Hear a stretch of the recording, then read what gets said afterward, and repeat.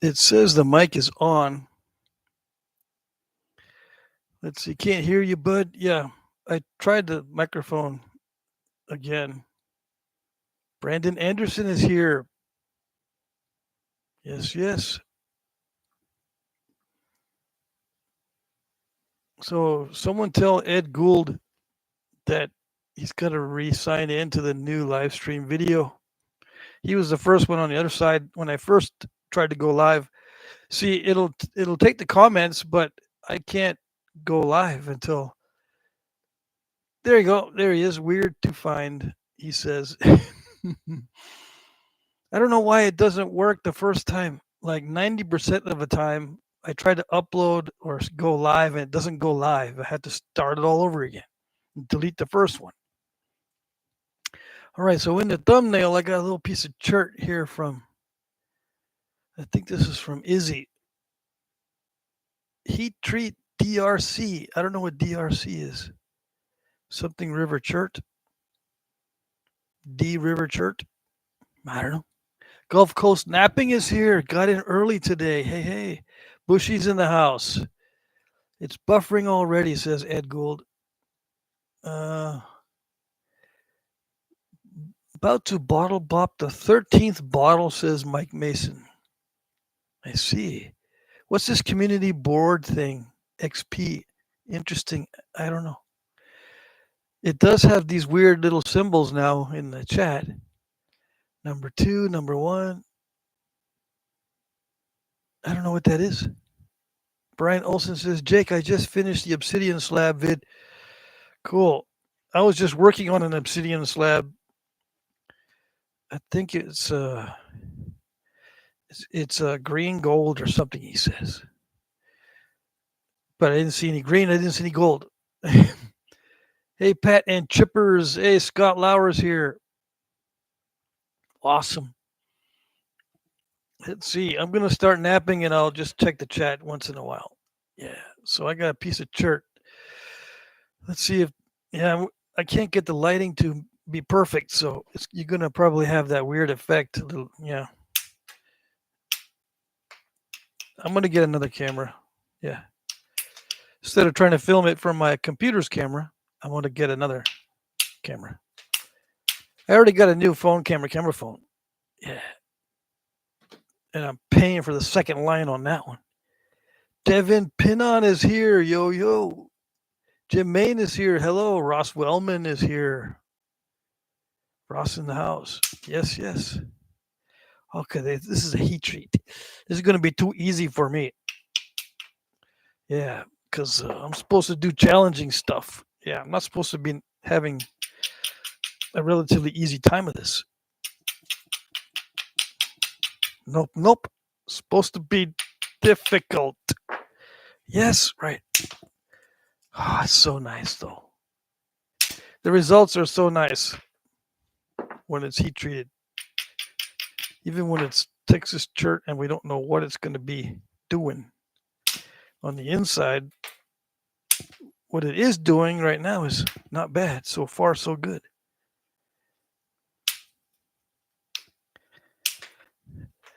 Let's see. Mr. Crazy's here. How's it going, everybody? It's going good. Anthony Mummert. Hey, what's up, Patrick? Not much. I just got nothing better to do on Friday. Hey, what does that mean? You don't like us? We're a last resort. I guess so. No, it's good. I enjoy these live streams. Yeah, they're good. I like them. All right, so I'm going to be trying to nap on every live stream. If you're new to the channel, my name is Patrick, and the channel name is Jack Crafty. I know it's kind of weird, but I'm an old school YouTuber who signed up when they couldn't or didn't allow you to use your real name. You could, but they weren't allowing it, or they were giving strong warnings against it. So we all have aliases in the beginning. So my alias is Jack Crafty. Yeah. Why Jack Crafty? It was supposed to be Jack of all crafts, but someone already took that one. Yeah. And I wanted to have my email to match my YouTube channel name, my email name. So I had to pick something that was available on both the emails and on YouTube. And lo and behold, 15 years ago or whatever it is, it was available.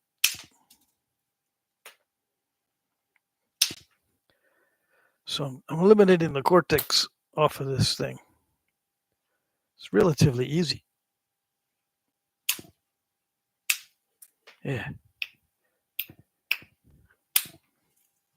Was there a reason to keep the cortex on back in the day? Well, only when it was a place where you put your hand on it. If it was a handheld tool, yes. But if it was a projectile point, very rarely does it have cortex. Some of them did have cortex right here where it's covered up by the haft. That kind of thing. But for the most part, all the cortex was removed on the old pieces. All right. Where's old Tufts? Mike Tufts is not here. Now, YouTube says the community leaderboard is keeping track of comments and super chats. The top 3 with the most get the extra badge. Whoopee doodah. So, is that what's going on? YouTube says the community leaderboard is keeping track of comments and super chats. The top 3 with the most get the extra badge. So I see 1, 2, and 3. No, I see just 2 and 3. Hey, Jay Valente sent me $9.99. Thanks, Jay. Hit the like, peeps. He says, yes, yes. He joined the chat, gave me $10, and then said, hit the likes. What a guy.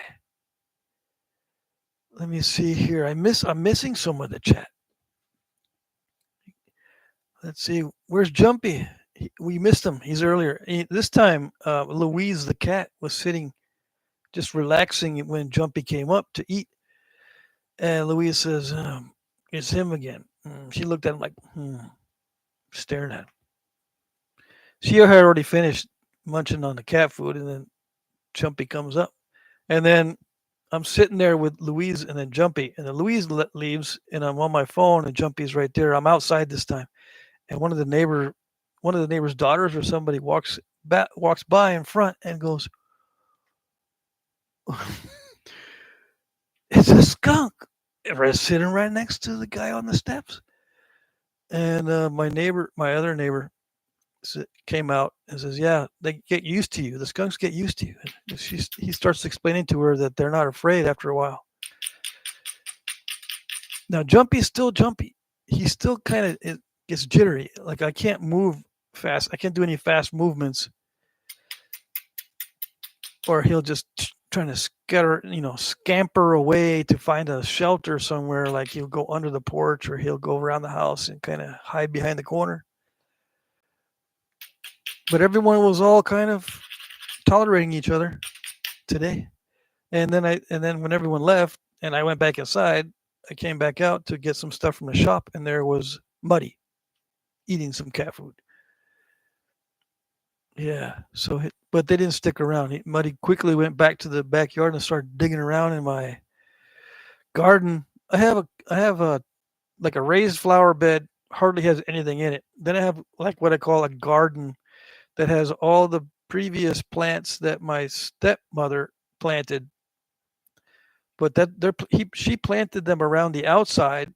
So in the middle, I just threw a bunch of leaves in there last year. All the leaves from the yard, just dumped them in there.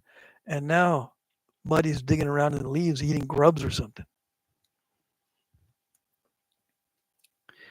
Okay. Tommy Taylor says, Alan, my fingers don't type fast enough to get in a lot of comments. Alan took my number 2. Hey, Alan C gave me $2 for skunk food fund. Yay. Yeah, they go through lots of cat food. They actually do. And did I tell you that There were 2 baby skunks that got taken away a couple days ago from a animal rescue guy. 2 little baby skunks were down the street, and everyone was going, "Oh, they're so cute!" And they picked them up, and they were holding them, and then they called somebody to come get them.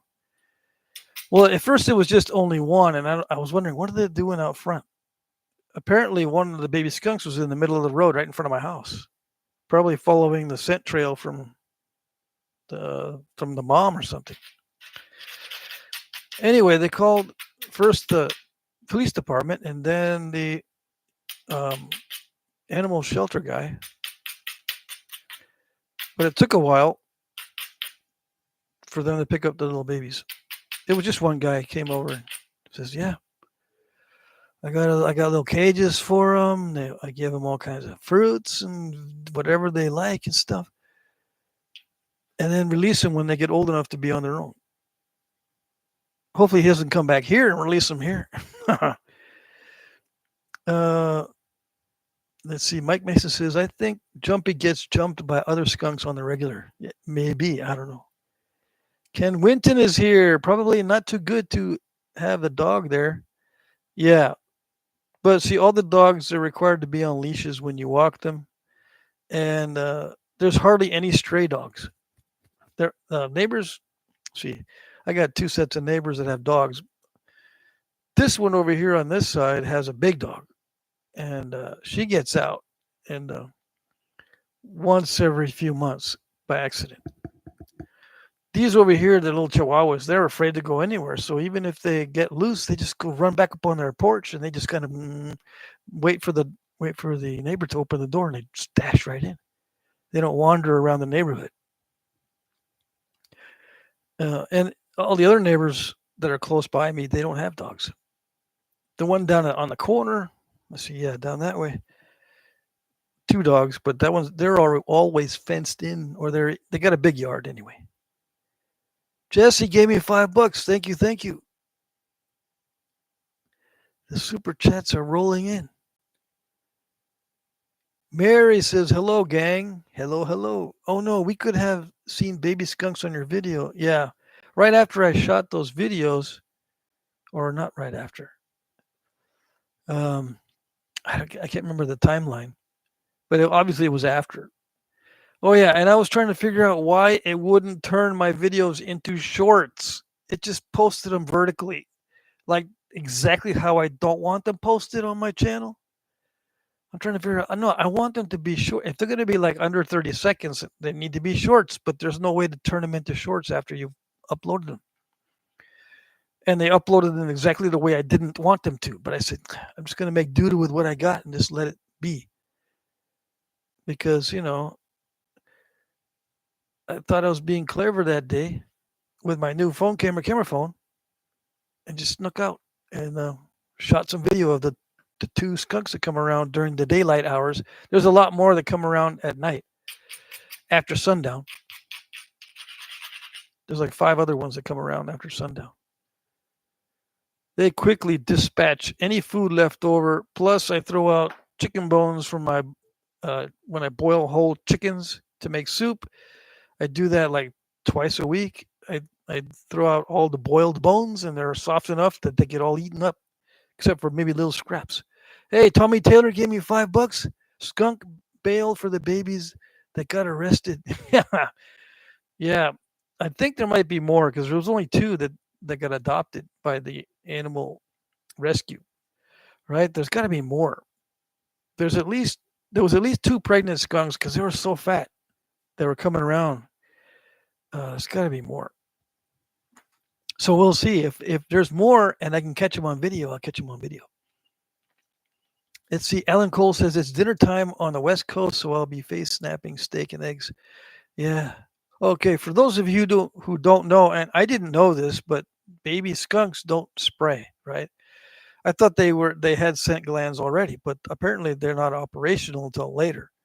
So yeah, everyone the neighbors were all kind of gathered around the little baby skunk, the first one that they saw, and they're passing it around. It's so cute, it's so soft, it's so cute. And they gave it to the policeman, and he goes, the 2 policemen that showed up, They both took pictures with the skunk, holding the skunk. Here, hey, dude, hold this. Hold my phone, take a picture.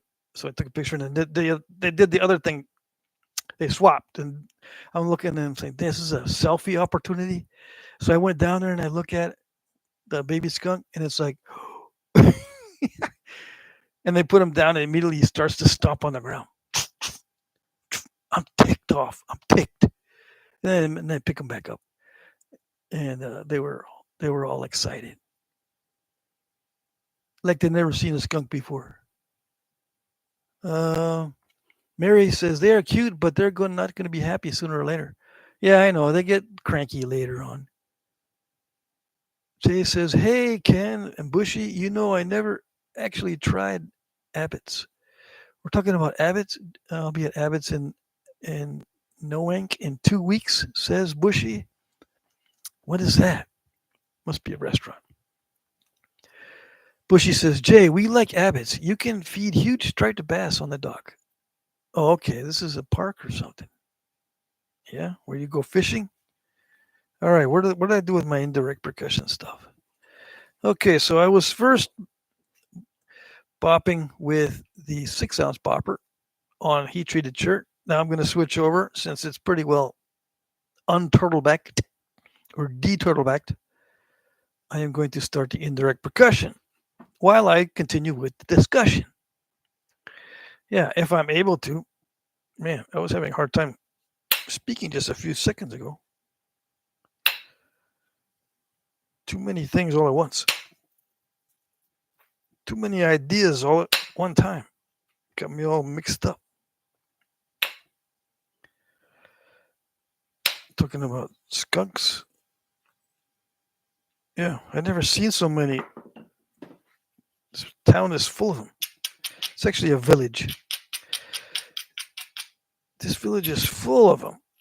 And later on during the summer, maybe I'll see them again. I could film them. There's a groundhog out back too. Yeah.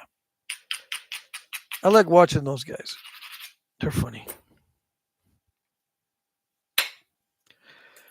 A groundhog or a woodchuck, whatever you want to call them.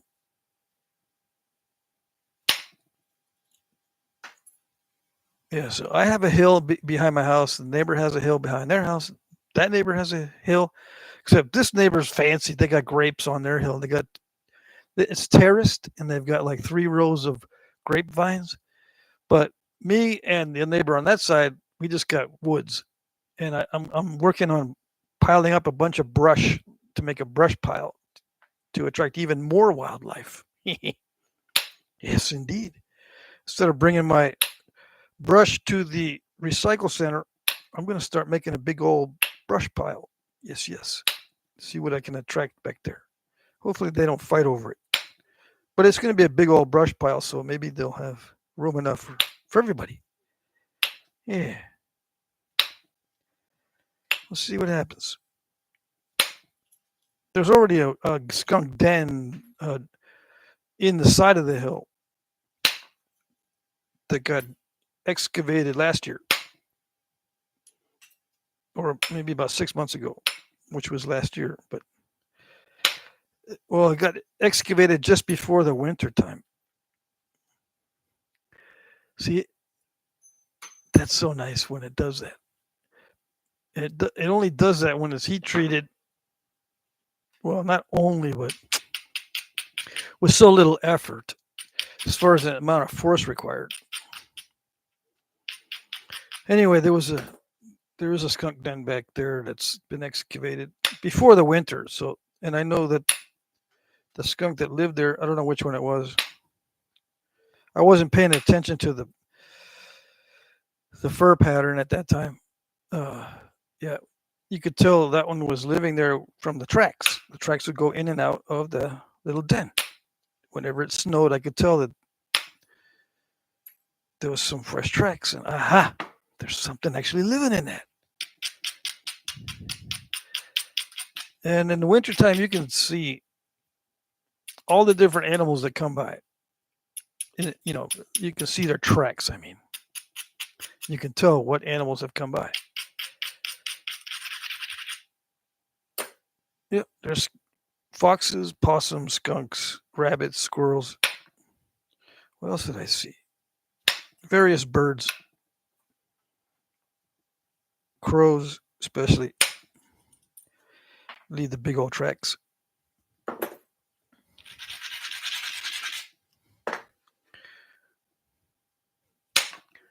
I'm going to focus on this kind of. See, I took a big old lump off of there. Yeah, I like it. Did I mention that I like indirect percussion? I actually like using indirect percussion. Have I mentioned that yet? No. No, you're always complaining that you don't like the journey. Yeah, that's true. But indirect percussion makes the journey much more comfortable. Yeah. So it's not a total misery. Yeah. Mm-hmm. Let's see. What makes the journey the most miserable? What is the biggest misery in the journey? I'm thinking. Other than breaking the tip off, I think just the step fracturing is the most miserable thing. I hate breaking tips off, but if I had a choice on anything else, it would be the step fractures. Yeah. I don't mind the thickness of it. If it doesn't get thin, oh well. If it doesn't get, if it doesn't stay very long, if it doesn't end up being a very long point, oh well. But if it's got like tons of flakery and tons of step fracturing going on, I don't like it. It makes everything miserable. Mm-hmm. Are you seeing any angles that'll help? Is it helping? If it's not helping, I'm not going to do no more napping on the live stream. You got to tell me. Sometimes I think I'm just talking to myself. You are, dude. Not right now, but you are usually.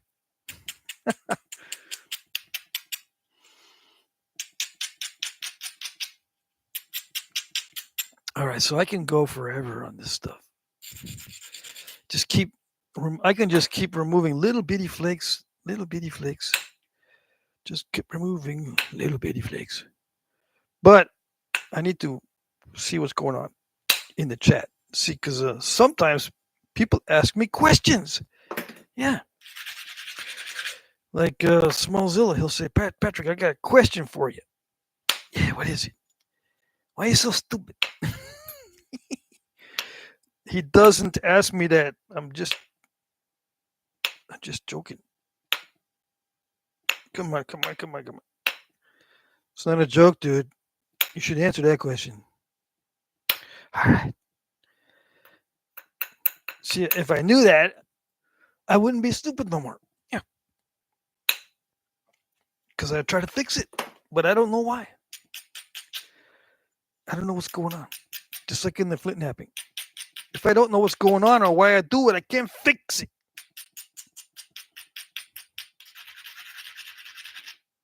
Yeah, story of my life with Flintknapping, dude. I don't know what's going on at all. Yeah, I know. We've all been there. Some of us are still there, like me. Yeah, I know. I don't know what to tell you. I don't know what to tell you. Just keep doing the same thing over and over again until you get different results. Yeah. That's what you do.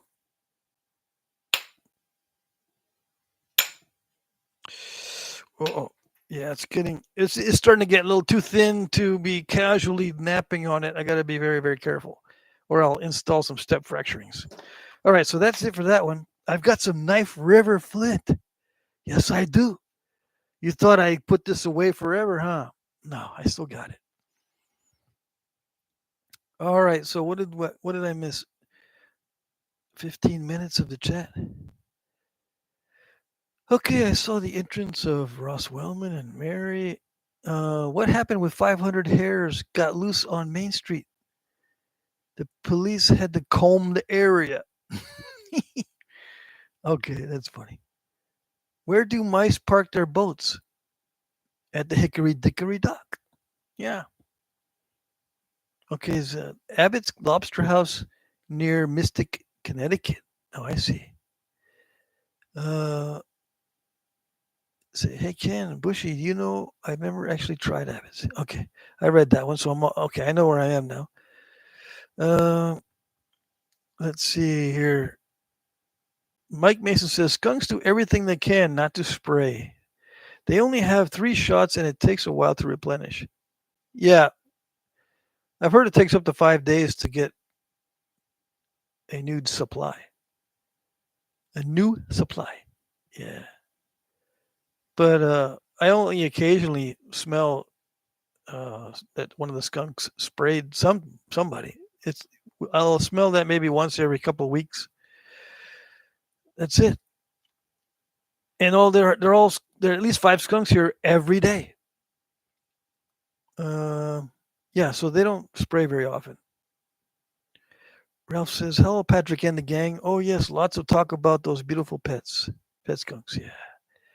All right, so let's see. Jesse says, I byfaced my first all Abo raw flint blade. I was able to finish with pressure, but a no-go on the notches. Guessing punch notch needed with sliver of antler. Yeah, you can do it that way. Yeah, punch notch. You can do it that way. It seems to be a popular way of doing it on the internet, on YouTube's. Alan Cole says, what sound do porcupines make when they kiss? Ouch. Biggest mystery in the journey is the pinched nerve in my neck. Yeah, terrible. Pinched nerves are always terrible. Mary says, I know a porcupine joke. I bet you do. Gulf Coast Knapping says, hey, Snyder. So everybody knows each other, right?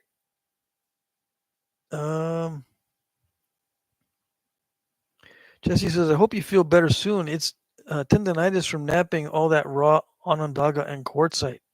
Yeah, Jay, it's all that quartzite and Onondaga. Let's see. Tim Hooper is here. It helps. Okay, good. Tim Hooper says it helps. I'm going to get confused between Tim Hooper and Tim Cooper. Yeah. All right, so here we go. Jesse says, sorry, last message for Jay. Fertile Joe, what is the radius on the end of the copper rod? The radius? You mean it's half the diameter? 3/16 radius? I just round it perfectly round. Yeah, on both ends of this 3/8. Now I do have different points on the smaller one. This one here, the radius is probably a 16th on that end, and on this end, the radius is half of 5/16, 5/32. I just round them off. It's much easier for me just to round them completely round than to put some kind of fancy I guess this is called a chamfer, some kind of fancy angle or a chamfer on there every time. Man, that would drive me nuts if I had to do some sort of weird fancy angle on these. I just round them off, perfectly rounded. Yeah. And they get dented up and they don't stay around, and I still use them. I still make doo-doo with what I got on the end there. And then if they start acting like they're not working, I round them off again. Yeah, if I'm not dropping them, I'll look to see what I've got. See, they develop a little burr on the very tip. Can't see. They see that little burr sticking out. They get like that little point. See that little point? That's got to be taken off because it starts catching the edge, and it'll rip more off than you want.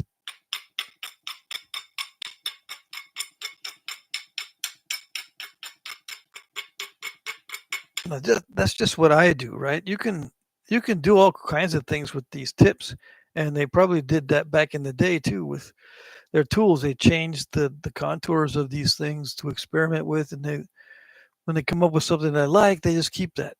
I came up with just rounding them off, and it naturally stays round also for the most part. So there's not that much maintenance. I hate maintenance on these things because it interferes with the flow. I like to just get in the zone and do that one thing, and that's it. If I had to interrupt it with doing this or examining it too much or looking at it all the time to check it, it drives me nuts. So I do the minimum amount of maintenance on these. Yeah. And that's why I'm just using plain old rods now, because keeping them inserted properly into a plastic handle like I used to do just took a lot of time. Yeah. And time is something that just I cannot keep track of. Not only planning, but knowing what I did after the fact. How much time did that take me? Couldn't have taken me more than 10 minutes. And then I start thinking about it. Wait a second, that took me over 2 hours. Dang it. I cannot keep track of time. I don't know what it is. Thomas H. Hey. Who else is in the house that I didn't see? Tim Hooper says, how tall is your set? I have trouble getting my leg bent enough to hold my copper rod. Well, this is a little 5-gallon thing that I sit on. I'll measure how tall it is, but I'll tell you first what this is. It's 5-gallon Craftsman little bucket thing. Okay? Now, how tall is it?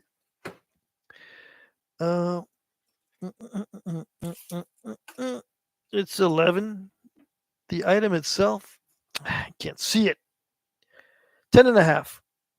And then this little pad on top adds another inch. 11 and a half total. And it's enough to keep my legs bent enough. But if you're having trouble holding it behind the knee, even sitting this low is not going to help either. So you use a Kelly strap. What's a Kelly strap? Just type in Jack Crafty Kelly strap. Kelly space strap. And then you'll come up to the video that has the Kelly strap, where you can strap this thing to the top of your leg. It's just a belt that has these loops. There's a name for that kind of belt. That's what I used. I used belts as a strap.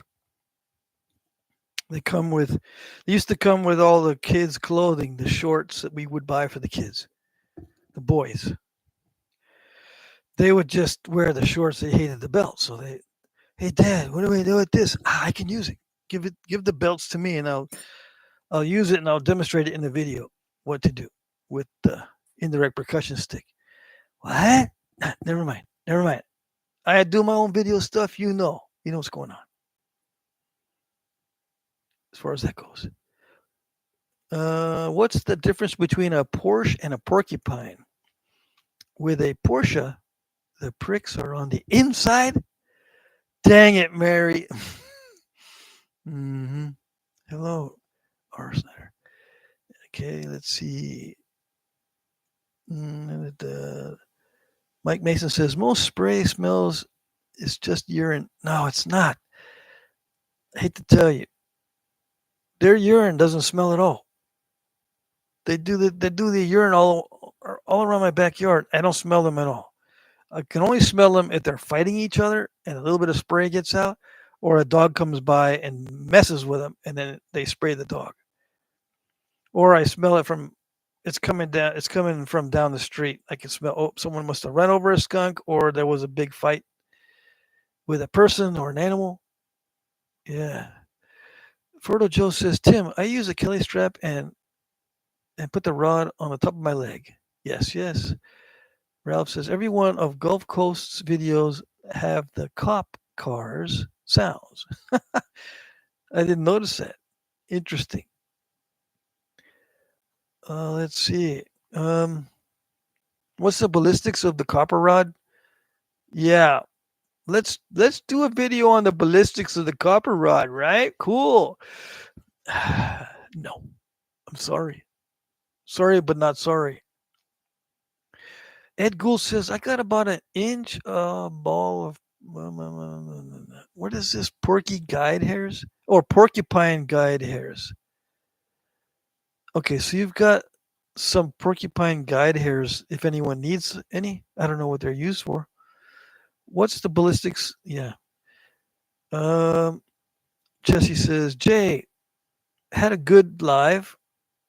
Told him, give us a time and we can get the crew on there. Jay had a good live stream. When I tried to use copper rod like yours, the rounded tip kept slipping off the stone and then I bent the rod. I see. So what did you do? Bushy says, Pat, could not tell if it was rounded or kind of flat. Mine is the same. I see. Ellen Cole asks, what do you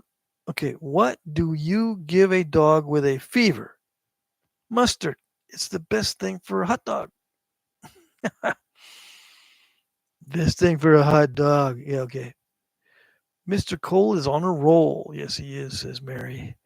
Sit on a milk crate, says Ed Gould. Yeah, that'll work. I like this little 5-gallon bucket thing because it keeps things out of the rain if you want to stash something. Whereas if it rains on you and you've got just a milk crate, you're out of luck. I use a bungee cord to hold a Kelly strap, says Ross Wellman. I see. Ralph says, folks, I was looking in piled up garbage and I found my Flintknapping tools.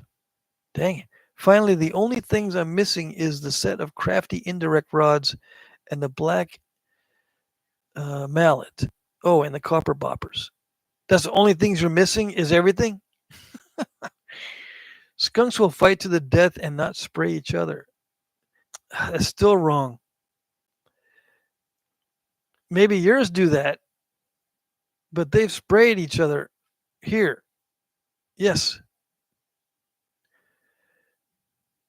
And you can tell when they do because they're rolling their face. They got their face rubbed. They're rubbing their face on everything when they get sprayed, just like dogs do.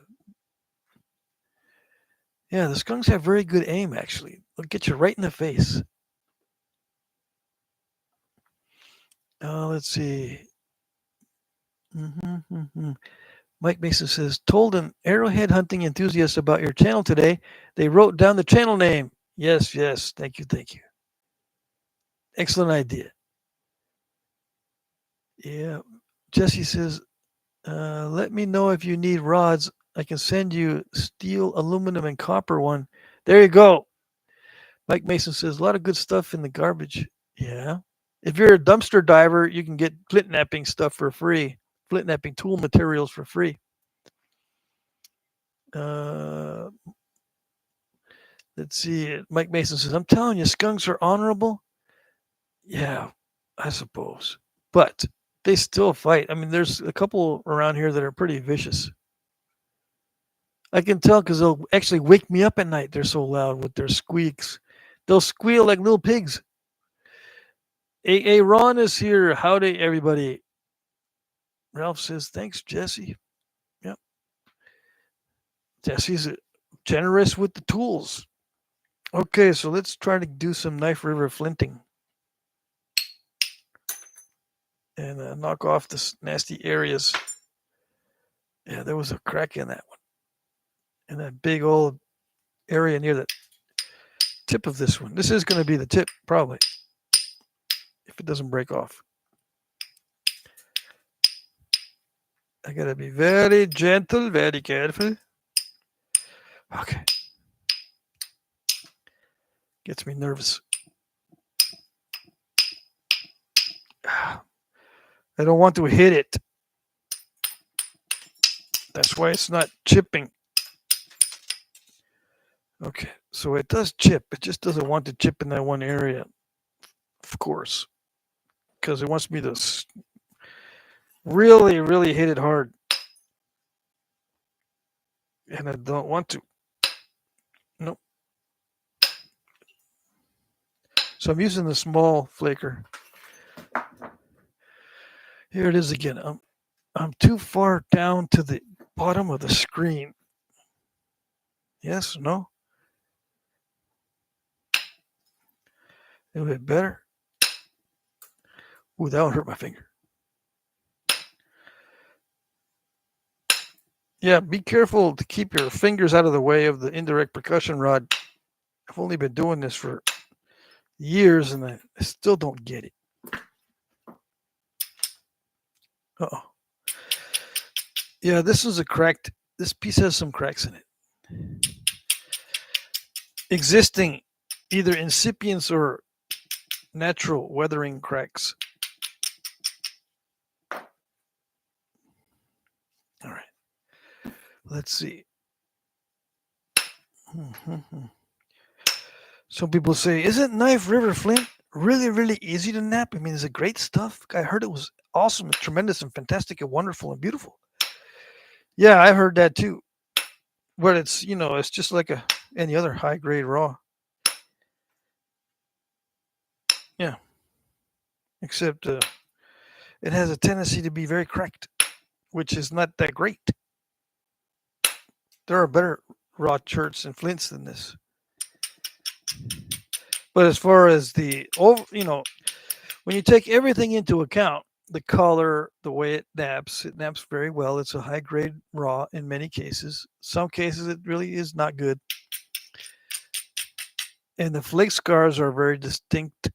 You can see the flake scars well, like with most high grade raw stone. If it's a low grade raw stone, the flake scars don't show up as well. It gets all smooth, which it is desirable in some cases, but depends on what you like. If you like to see a lot of flake scars, nothing beats a good quality flint or chert.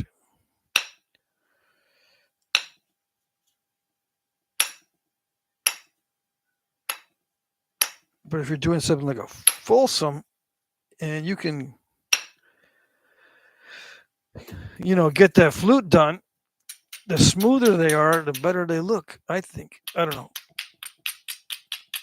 If you have a Folsom with a lot of ripples in that flute channel, it just doesn't look the same as one that's got a nice smooth flute channel. I don't know.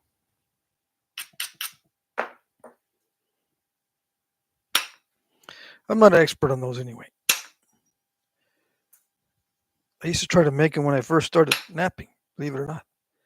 And I made a few that were, passable, kind of crude. And then I lost interest because it's a very narrow mindset that's required to make those. There's no deviation basically in it at all. You just got to learn to flatten with long flakes. That takes years to learn to flatten with long flakes and then use trimmer on the edges. The trick is flattening with the long flakes. That's it. So all you're doing is learning how to flatten the workpiece using long flakes. Yeah. Over and over and over again. That's all you do. What are you doing today? Oh, I'm learning how to flatten this with long flakes. Oh, okay. Come back next day. What are you doing today? I'm just doing the flattening with long flakes. Oh, okay. Comes back next year. What you doing? Yeah, I'm still working on the flattening with the long flakes. Oh yeah, okay. I forgot. Sorry. Comes back 10 years later. How's it going with the flattening with the long flakes? I'm still learning the intricacies of flattening with long flakes.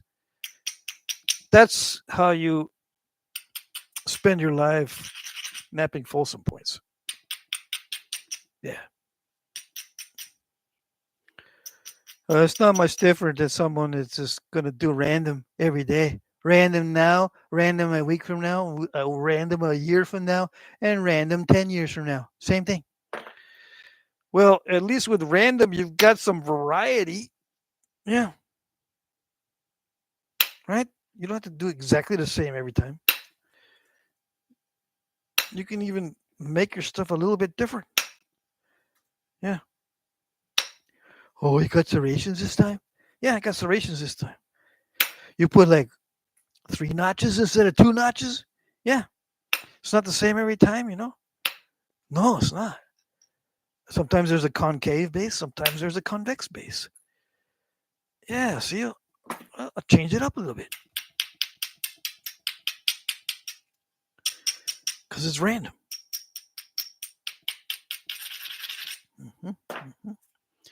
I know I'm missing some of the chat, but I got to focus. You know what the rule is? You got to focus to do the hocus pocus. If you don't focus, there's no hocus pocus. Yeah. What kind of hocus pocus is going on here? Nothing. Don't worry about it. It's not that kind of hocus pocus. Yeah.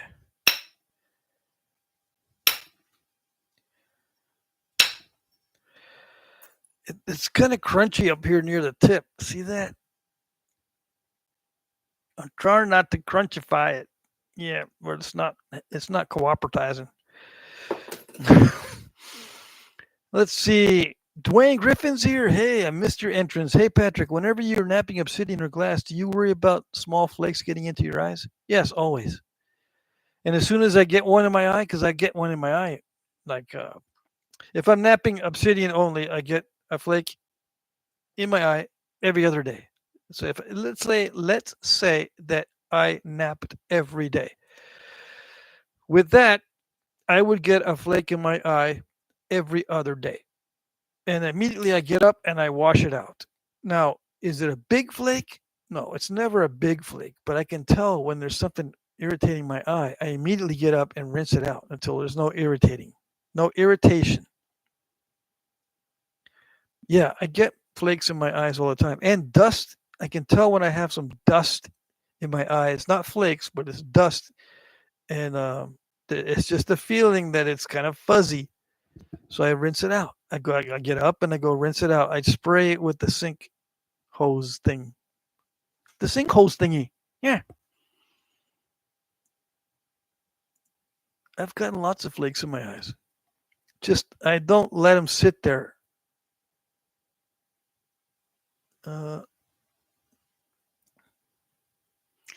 Let's see here. Man, I'm okay. Ralph Snyder says, folks, I was looking in the piled up garbage. Okay, I read that one. Okay, Arrowhead hunting enthusiast. Excuse me.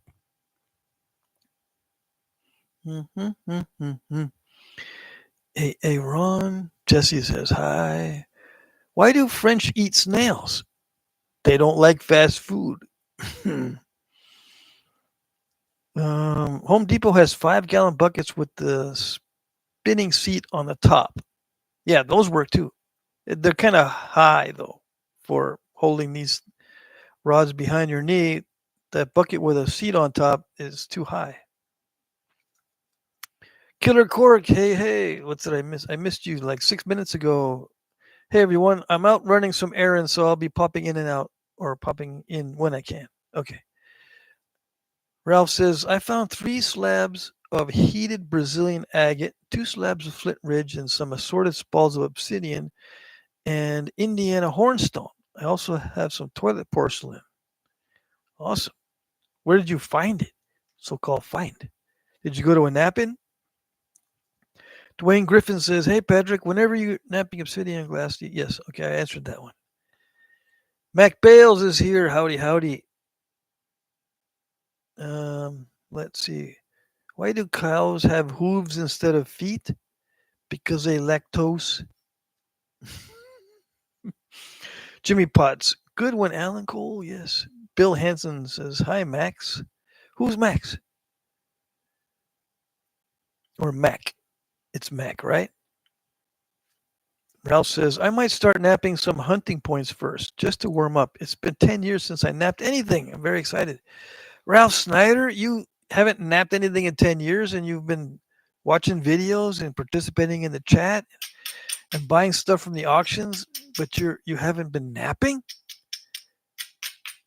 I'm sure that you told me the reason. I just forgot. There's got to be a reason. No one in the right mind would do all those things and not nap at the same time. It's not mental, it's physical. Okay, if it's physical, I'll cut you some slack. AA Ron says, I use the random snapping method. There you go. Yeah, Hocus Pocus by Focus is a good song. Yes, it is. Ed Gould says, the TV is several minutes faster. The TV is several minutes faster than the computer. I don't know. I don't know. I don't watch videos on TVs. I don't own a TV anymore. Jesse says, who's going to battle it out in the auction for the screwdriver and plier points? They already sold out, Jesse. I already sold them. I think that Keith got it. Keith Ricketts got those. Yeah. Right? I'm sure. I don't know. That boomerang obsidian is dangerous, says Alan Cole. Yes, yes. Let's see. Mary says, I'm going to go eat dinner. All right. Go face snap some dinner. Okay. Keith Ricketts says Jesse got him. I see. I think Keith was the one who bid on the Harbor Freight tool points. Yeah. I can't remember who got them. Let's see. Mm-hmm. Jesse says they will be famous in the Smithsonian one day. I wish. Let's see.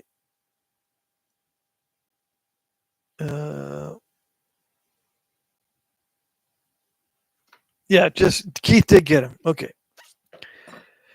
Let's see. Mm-hmm.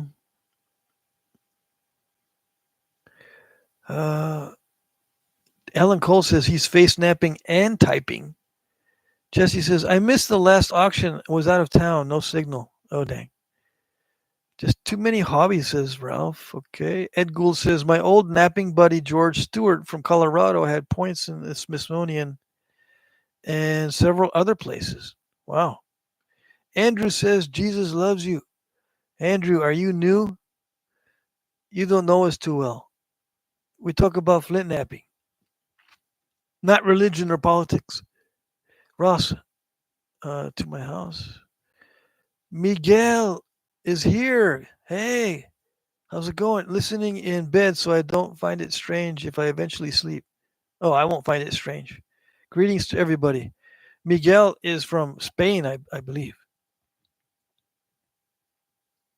Let's see here. Aaron Wilson says, looking forward to the unboxing. Yeah, I'm going to do the unboxings tomorrow. If everything goes according to plan, I've got 2 unboxings tomorrow, plus I got a bunch of stuff to catch up on as far as what people wanted me to nap. Other than the unboxing stuff, I actually have a lot from Aaron Wilson. Aaron, I still got a lot of stuff that set aside of yours that I need to nap. Not just the unboxing tomorrow. Yeah. Let's see. Everyone says hello. Ross Wellman says, with all that Flint just laying around. Okay, Miguel is from Portugal. Okay, sorry. Yeah, I got mixed up. So, yeah, Portugal. We got internationals in the house. Scott said hi earlier, right? I think Scott's in the background lurking somewhere. Yeah, we got people from Europe. It's really late in Europe. Or really early. I don't know. I can't remember if Scott was here tonight.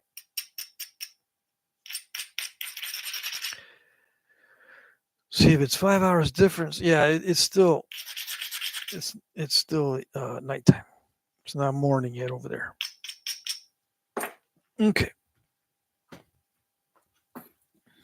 Mm-hmm.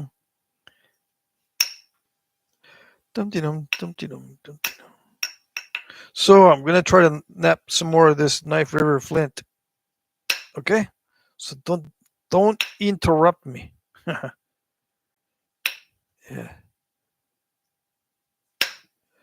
What's cool is I can check the chat whenever I want, and it doesn't make little noises to remind me. so it's not distracting. If it was making a beep every time someone chatted, I think that would drive me nuts. Yeah. I gotta check to make sure the microphone's still working. Sometimes this microphone stops working. Like at the beginning of this live stream, it wasn't working at the beginning. So I'm looking at those fancy microphones that have the headphones, so I can hear myself. So if I know I'm actually making a noise. Yeah. It requires a lot of investment to get a studio reliably going. The lighting, the microphone, the camera, the actual space where you can mess it up with chips and flakes and dust. Yeah.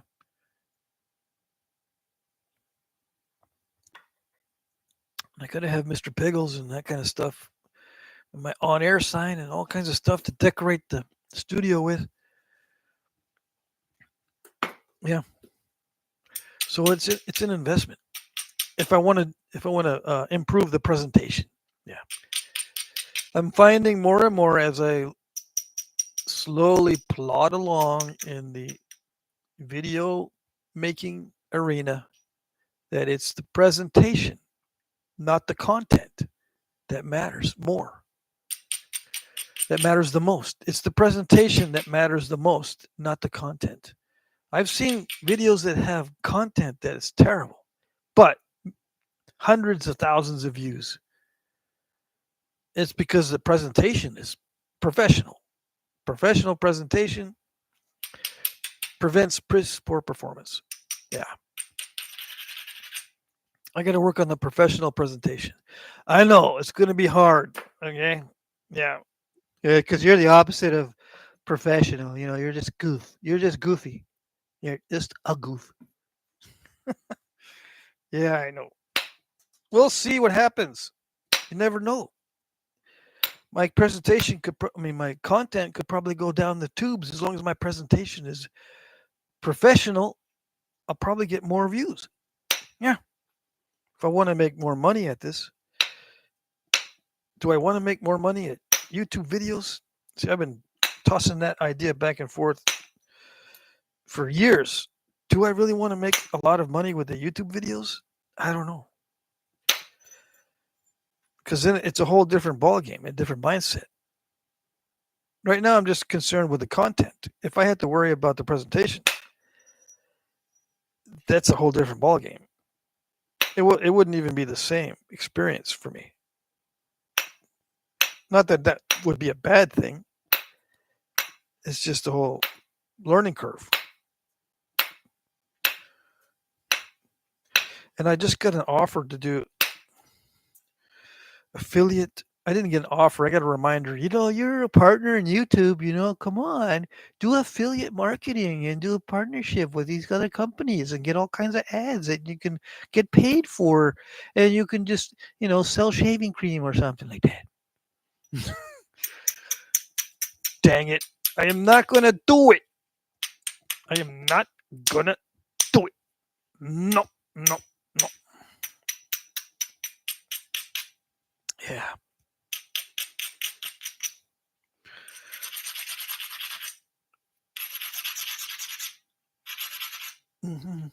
Anyways, we'll see what happens. I now switched over to 3/8 inch copper rod. Doesn't matter what size rods, only if it works for you. The key in Flintknapping is to find out what works for you. Some guys can do it exactly like I do it. A lot of guys cannot. Everything is fine. It doesn't matter. You don't have to copy someone exactly. Sometimes you have to. There's some people that they can't do it by experimentation. They have to follow someone's example exactly, which is fine. You find out where you are and do it. What kind of learner you are, what kind of napper you are, and do it. Yeah. Don't let someone convince you that all the nappers are basically the same.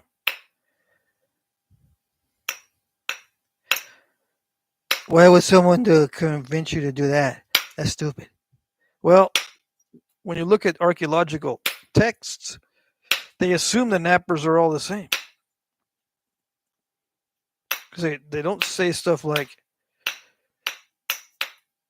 every napping situation is different, and even though it may look like the flake is made one way, there's probably many different ways to make the same flake because there's many different nappers. They may all be using the same tools, exactly the same from the same animal, but they're not going to nap some differently. They're going to nap differently from each other, which means they're using different techniques to get the same results in many cases. Do all the points look different? No, they probably look very much like a pattern that they're going by, but they're using different skill levels, different techniques with the tools, and in many cases, they're using totally different tool sets. Okay? So when you're reading an archaeological study, without saying it, it's one of those things. Tell me that, uh, let's see, how's the saying go? Tell me that you think all nappers are the same without telling me that all nappers are the same.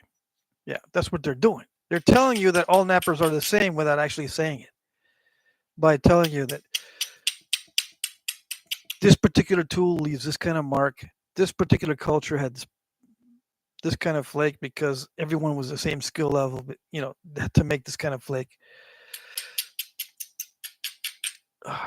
They don't discuss the variables very well, if at all. Yeah. But you can see it in napping that a lot of nappers have to do it their way or the highway. Just doesn't work if they don't. Can't copy other people's techniques or nothing. And some are the opposite. They can't do nothing unless they're copying someone exactly. The point is, it's variable. Yeah, it's not all the same. Okay.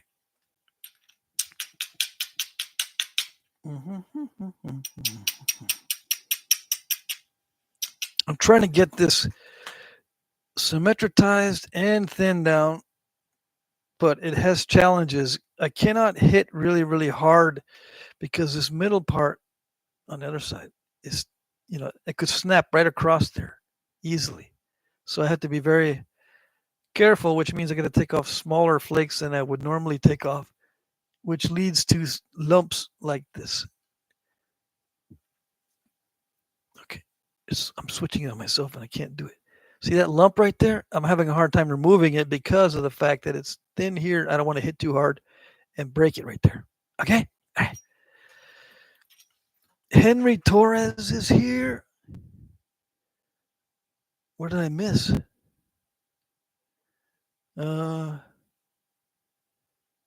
Let's see. Oh, you found the Indiana Hornstones, Ralph, down the stream? Yes. Ellen Cole says powerful Jack Crafty experience is getting upgrades. Yeah, I'm going to do the upgrades eventually. Yes. Little by little. If I spend all the money at once, I regret it because then I say, I shouldn't have bought that. I got carried away. Ralph says, or go down to the stream where I found. Okay. Let's see. Tommy Taylor says, what did I miss? Yeah. I wish you missed something really, really good. Then I can make you feel guilty. But apparently, I don't know. I don't know what you missed. I've been trying to focus on Flintknapping, so my mind just goes to mush. Ross Wellman says, just snapped my third point today. I'm going to stop for today. Yeah, that's a good time to stop. Jeff Jin is here. Hello. You made it. We still got an hour left, so get your questions in. Comments or complaints are good also. Tommy Taylor says, someone do a wellness check on Sal. I haven't seen him in the last couple of chats. Yeah, Sal's still around. He's probably lurking. Alan Cole says a man walks into a zoo. The only animal was a dog. It was a Shih Tzu. Let's see. Keith says, Tommy, I'd send the hounds after him, but his dog will eat them. Yeah, there you go. Keith Ricketts, beep. What does that mean, Keith? Tommy Taylor says, Keith, yes, and mine. Okay, I don't know what this is. You guys are speaking in code and I don't get it. Henry Torres says, hey, Ralph, I like the collection you showed on the last video. Those points from that Jack Crafty guy are awesome. Yeah, who's that Jack Crafty guy? Who is it?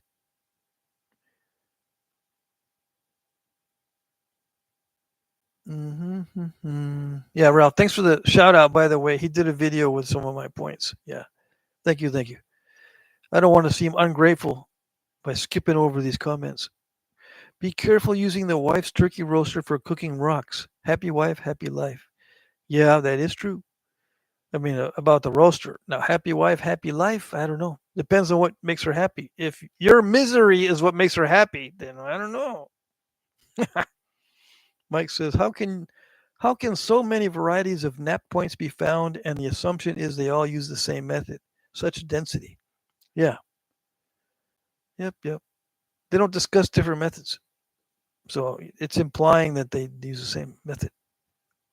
Okay, let's see. Um,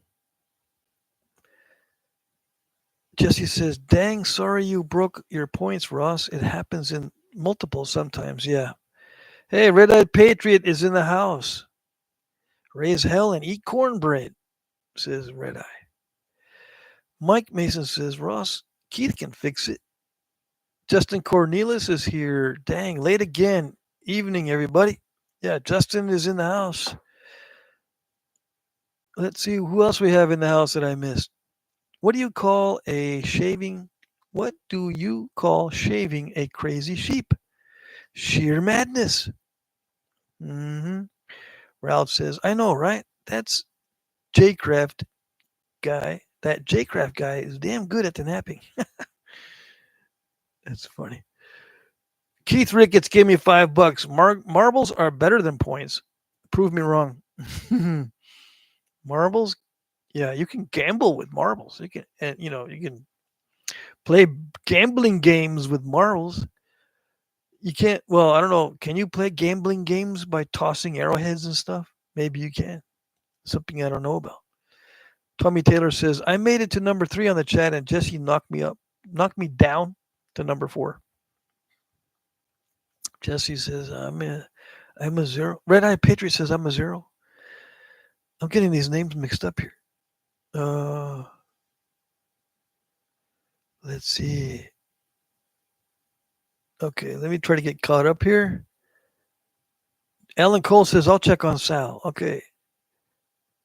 Ralph says looks like Tommy missed out on the white elephant Bowie prize. Yes. Tommy Taylor says Ralph, I always a day late and $1 short. Not new. Yeah. Buckskin NYB is here. Marty's here. I was working cattle. Branding season over here in North Dakota. Oh, dang. That's some work. I've never done it, but I've seen it, and it's work. A lot of work. Alan Cole says, where did the cat go when it lost its tail? To the retail store. Mike Mason says, I gamble with arrowheads by not wearing gloves. Most days I'm a winner. Other days is just woodpecker lips. Let's see. Keith Ricketts is trying to tell me something in one word at a time. All you have to do is what? Split. What are these crowns with numbers? I don't. That confused me too. But apparently they're keeping track of stuff. Mr. Crazy says, with napping, there is more than one way to skin a cobble. Yes, yes. Richard Cummings is here. Good afternoon. Afternoon. It's 9:09 p.m. here on the East Coast.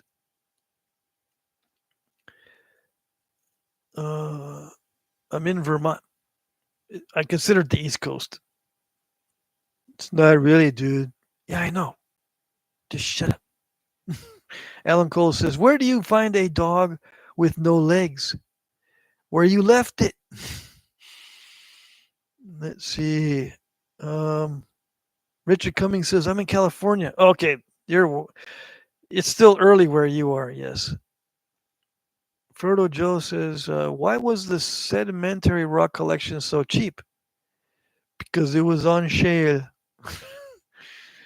Maybe Keith should have a bigger comment more frequently. I really don't know for sure. Hmm. Tommy Taylor says, "I see what you're doing, Keith, to stay in the top 3, going for number 1." Yeah, I got to figure out what those crowns mean with the little numbers.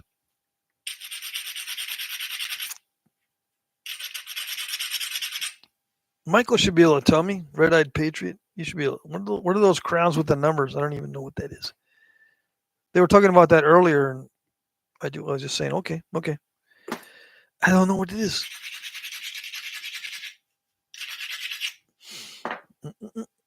Okay, if it breaks, it's not my fault. I'm hitting it with make it or break it, flakes. Yes. So far, keep my fingers crossed. So far, so good. I mean, they're not that great, but the flakes are not step fracturing. So far, no major step fractures. Can you see the angles? Or am I too low again?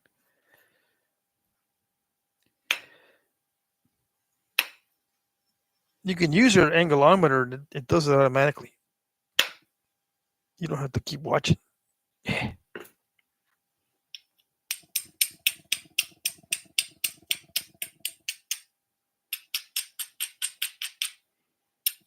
I'm wearing an apron like the old days, remember? My old videos.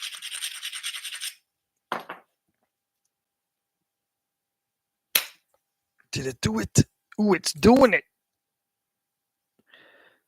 I do have one step fracture, though.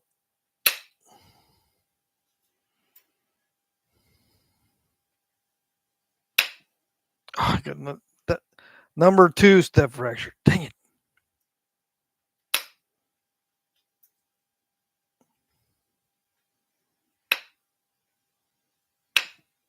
Come on. Don't make me hit it too hard because then it's going to snap the tip off. It's not doing it. All right, so let's move on to something else. If I hit too many times in one spot, it creates incipients. Or it creates a home for the incipients that are flying around. Mm-hmm. Yeah. And these strikes are getting faster because it's getting lighter. And I still have to remove big flakes. Did you know about that? You know, as it gets lighter and you still want big flakes, you got to hit it harder. Yeah. Did it do it? Come on, tell me it did it. It's got some weird stuff going on. See, that flake is not detached right there. That big old island looks like it's going to detach here, but it hasn't yet. I don't know what's going on with it. Okay, there it is. It might be a natural layer in the stone. What did it do? It looks like a fire pop almost. Highly unusual pop out. Okay, I thought it was an island developing, but it turns out that it's some weird defect in the stone itself. Yeah. Big old crater. That's a new type of feature. So there's buffalo jumps. There is land bridges, and now there's volcanic craters, right?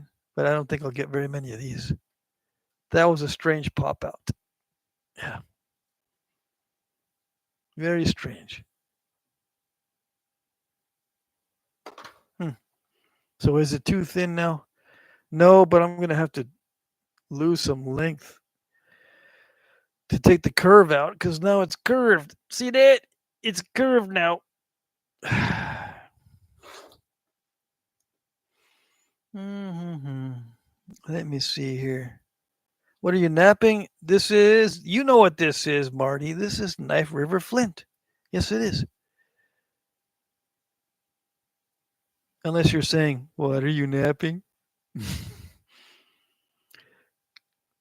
um, let's see. Yeah, it's torture for me to read the comments sometimes because I have a hard time figuring out what I missed. I got to go back, and this thing doesn't go back. This thing makes it difficult for me to go backwards in the chat. And it doesn't, when I do the mouse roller, there's a roller on the mouse, right? When I use that to try to go up and down on the chat, normally with every other chat, it works, except when I want to live stream. I can roll the thing and it doesn't do this. And when it does, it takes off. So there's something either weird with my computer or YouTube just likes to play jokes on people. Right now, it's working okay. But when it really matters, it doesn't.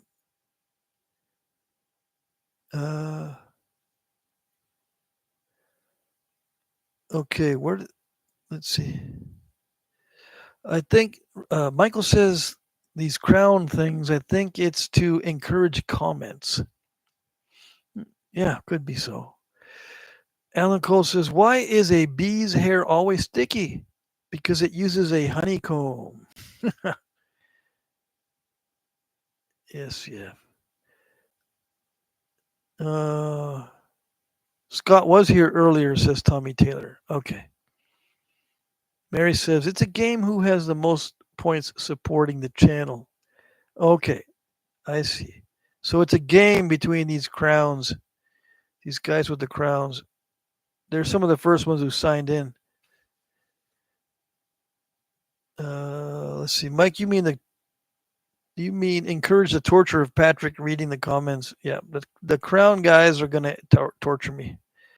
That's what they're for. Why are fish so good at watching their weight? Because they have lots of scales. Ralph says, hey, anybody know who has won the most auction items? Patrick might know. Actually, I don't have that information off the top of my head. And it depends. It varies by month, right? I mean, some guys they'll buy a bunch of stuff and then they'll leave, and then there's somebody new in the next month or two that has the most wins. When I say leave, I mean they don't buy anymore. I guess they've filled out their collection or whatever, and they don't buy anymore. It's hard for me to remember, but like Ed Gould recently purchased a bunch of stuff, and I'm trying to think of there's one um, Dan. Dan bought a bunch of stuff all at once. I think it's Dan. Yeah, so I don't know. That's a good question. Yeah. I have some, let's see. Keith says, I have some catching up to do because I wasn't commenting in the first half of the live stream. I see. Let's see. Mary says, Alan, Mike, and Keith are all tied first at 150 points. Yeah, but I don't see the points. How do you know who's got points and where are they? Let's see. No one can beat Alan. He's the bomb. Alan, are you racing ahead of everybody with points? Yeah, it looks like Knife River Flint. That's what it is on this. I was napping the heat treat shirt earlier. Now I switched to Knife River. It's a challenging piece, and I got it from you, Marty. Uh, Ferdo Joe says it's about time for me to sneak into the kitchen. Let's see here. Smallzilla, hey, Harley's in the house. What's up, Patrick? Just got done with some bottle glass. I'll be picking out splinters for days. Oh, dang. Keith says about to face snap some mashed potatoes and gravy for a before bed snack. That's a pretty big snack. Yeah. What do you get from a pampered cow? Says Alan. Spoiled milk. Let's see here. Henry Torres says, I have 7 in my collection so far. Yeah, Henry's bought some. Dwayne Griffin says, I know I got a cigar box full of points. Yeah, Dwayne Griffin bought a ton. Yes, he did. You're refreshing my memory. Now I remember. So, yeah, Dwayne's got a cigar box actually full of points from the auctions. Yeah. Bushy says, Keith, wife is sound asleep on the couch, but I know she'll awake when the fridge is opened. Mike says, also, Harley, Patrick told us that question you asked him.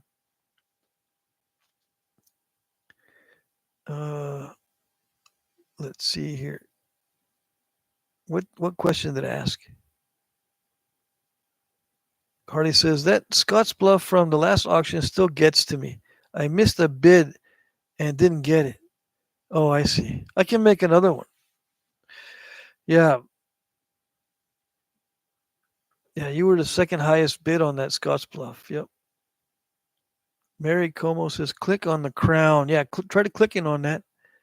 Fertile Joe has 150 points also. What's a cat's favorite breakfast?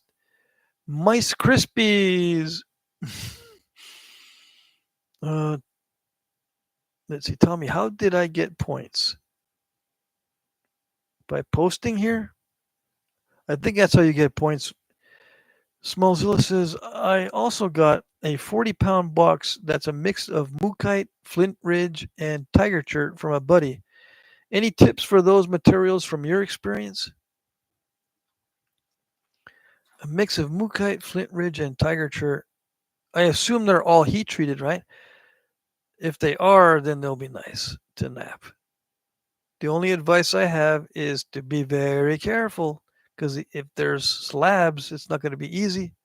If they're, nodules or big spalls or fat spalls, it'll be a little bit easier. Tommy Taylor says, I guess making comments is what gives you points. I guess so. Keith says, I came upon a broken glass tabletop. Just made a really nice marble from it. I was shocked it napped so well. A whole tabletop, you got 1 point from a whole tabletop. Mike says, y'all hit the like button and see if you can bump Alan down on the points. Let's see. Ralph says, I face snapped some chicken. I face snapped some chicken fingers at Dairy Queen. There you go. Alan Cole says, I need a Peach Pit Obsidian Clovis. Yeah, I've got that. Your box is sitting right in front of me when I nap, and it's got a piece of cardboard that says Peach Pit Clovis. And I also have a whiteboard. I'm just letting you know how I have to keep reminding myself with many different ways. I've got a whiteboard that has Alan Cole, Peach Pit Clovis. So I've got, and now you've reminded me again. I've also got a pad of notes, and I've got a notebook of to-dos. So I've got that in 4 different places, and guess what? It still doesn't help. I've got to get to all my back orders. Angela, your claim to fame, you started the apron. Well, maybe you started it up again, but I used to use the apron many years ago. Yeah. Let's see. Midbar says, if only I could face nap as well as if only I could nap as well as I face nap. Yes. Same here. Alan Cole says, I will trade for hand rolled cigars. There you go. Anyone need hand rolled cigars? Alan Cole will trade. Frodo Joe says, I have one spall of Mookite. How do you tell if it's heat treated? If it's very glossy? I think Mookite becomes a lot glossier after you heat treat it. Smallzilla says, should be shiny, extra glossy. There you go. Read my mind or I read his mind. Marble, Patrick, I'm not good enough to make a point, says Keith. Let's see. I got 50 pieces, says Ed Gould. I got 50 pieces from Patrick. So I think Ed might have the record. Yeah. Somebody said I said the quiet part out loud. Uh-oh. Peach pit? What is it? It's a type of obsidian. Peach pit obsidian. Smallzilla says, if we're talking about food, I got me some stir-fry broccoli, grilled chicken thighs, and roast mini potatoes. Been thinking about having it all day. Got my first grill last weekend. It's fun. Awesome.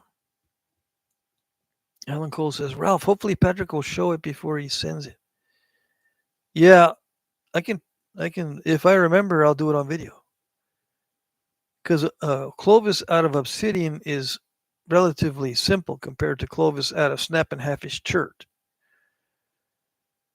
Ralph says, hopefully, okay. Ed Gould says, I was trying to get him in cases today, talking about points that he's purchased. Alan Cole says, should get it in a year or two. Yeah, that's almost not funny. Yeah, I'm so slow. Ed Gould says, a lot of the pieces are your leaf-shaped blades. I see, yes. I remember that, yeah. Ralph says, that's why Ed goes by e-money. Yep. Ed Gould has purchased a bunch of my points. Yes. Thank you. I remember Ed used to have a lot of trouble bidding, but it's getting better now. Yeah.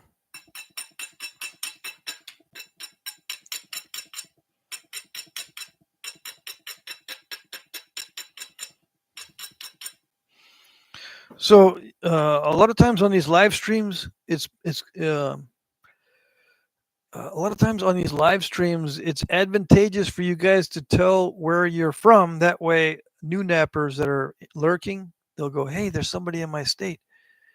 Maybe I can contact him. So let me know if you have not said where you're from that you can remember. Go ahead and tell people where you're from, especially if you're new, and then somebody in the chat can say, hey, I live not too far. Maybe we can exchange some rocks. And I have a nap-in list. I've got it right here, actually. So if you want to know about nap-ins, I've got a big list that I keep. Now, before you ask if there's nap-ins in Colorado, there's no nap-ins in Colorado. But there's nap-ins in other states. And there was one guy that says he's from Kentucky and there's no nap-ins in Kentucky as far as he knows. Something like that, right? But there is a nap-in in Kentucky, right? Before hopefully there is. Yeah.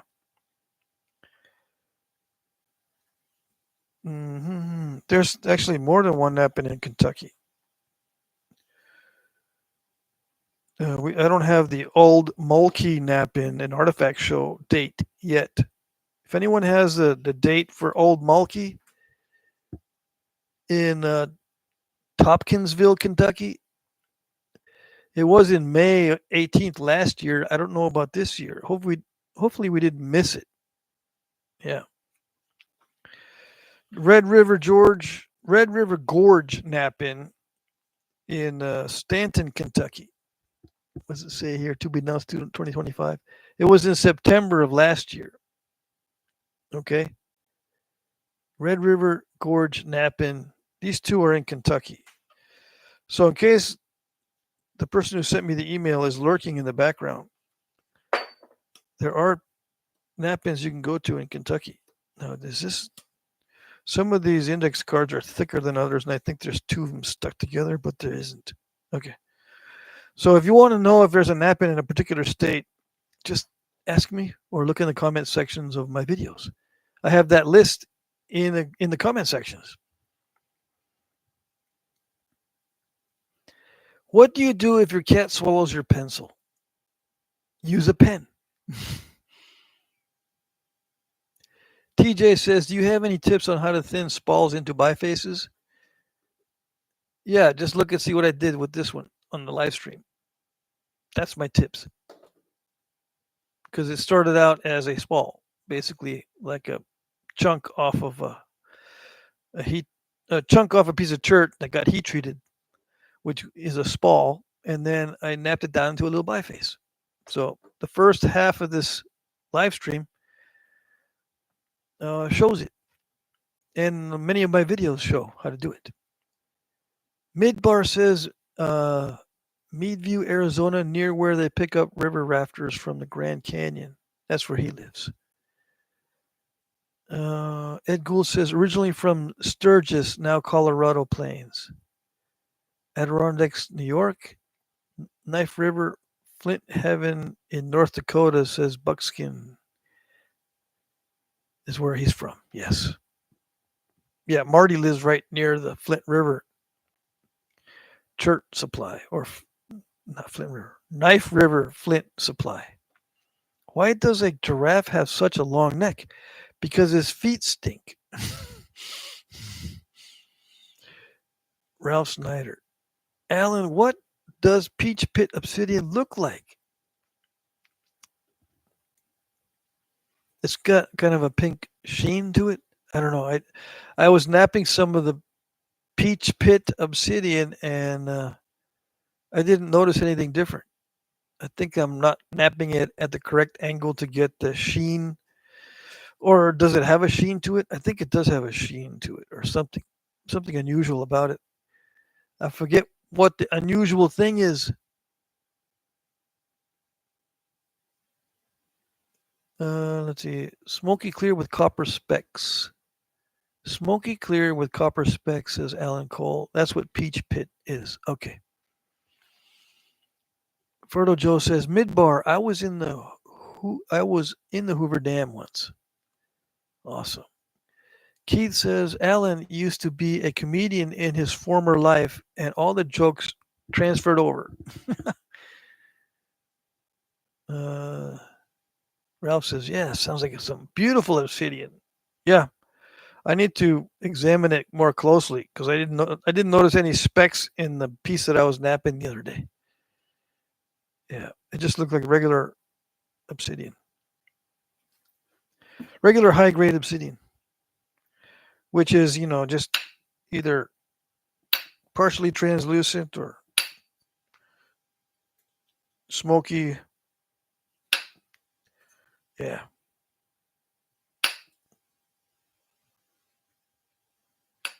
So I gotta take that volcanic crater out of my biface somehow. Yeah.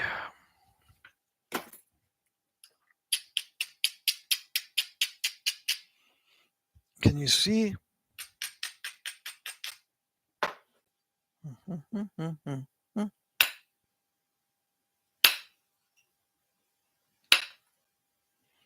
Okay.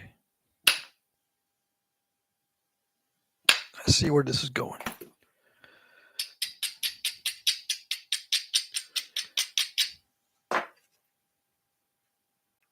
Yeah, it doesn't want me to hit it softly and be careful. It doesn't like it when I'm too careful. It doesn't behave. I'm trying to take little flakes, right? It's working pretty much, but it could be working a little bit better. And yeah, I know, I'm just not doing it right. I know.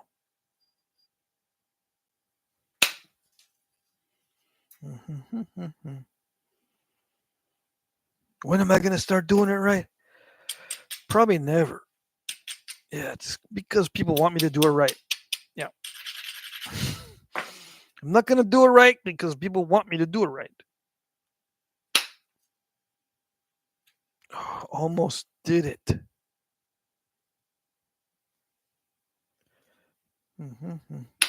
So I'm just taking off relatively small flakes to try to sculpt the surface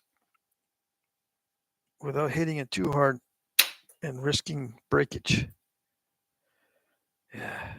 I do risk the breakage many times, but this one is particularly sensitive. I'm thinking because of the odd shape.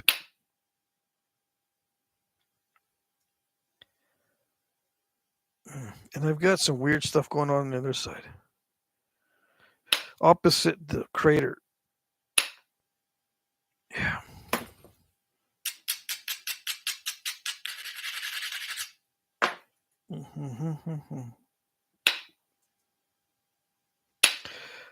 All right, did that do it? I'm clearing off some of the mess off the other side opposite the crater. But it's awfully thin in the middle. Or at the base of the crater, it's awfully thin. See how it dips? It dips in quite a bit. And it's awfully thin right there. So I don't want to shave too much off. There was some crud here. I did get it to come off for the most part. But see that white stuff there is like cortex, but it's embedded into the stone. It's not on the surface.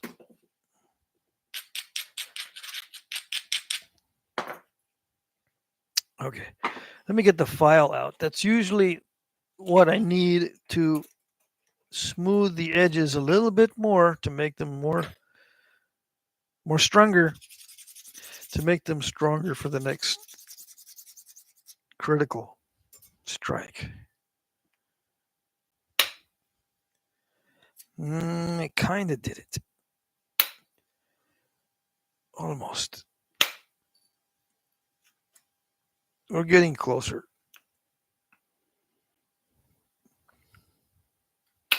That flake was kind of sticky. See, I'm trying to shave off as much as I can from the base without losing too much length and trying to flatten that out. And I just got a step fracture right there. But that's easily popped out, relatively speaking.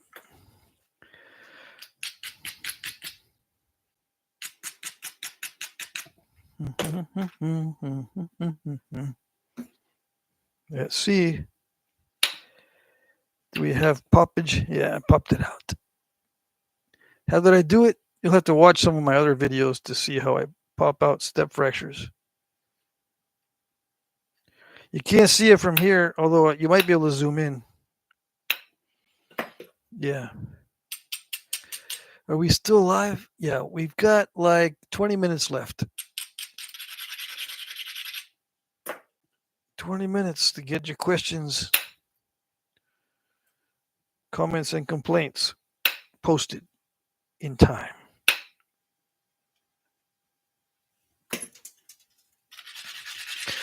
I'm going to focus on this for now to see if I can actually make this smooth. Get rid of that volcanic crater.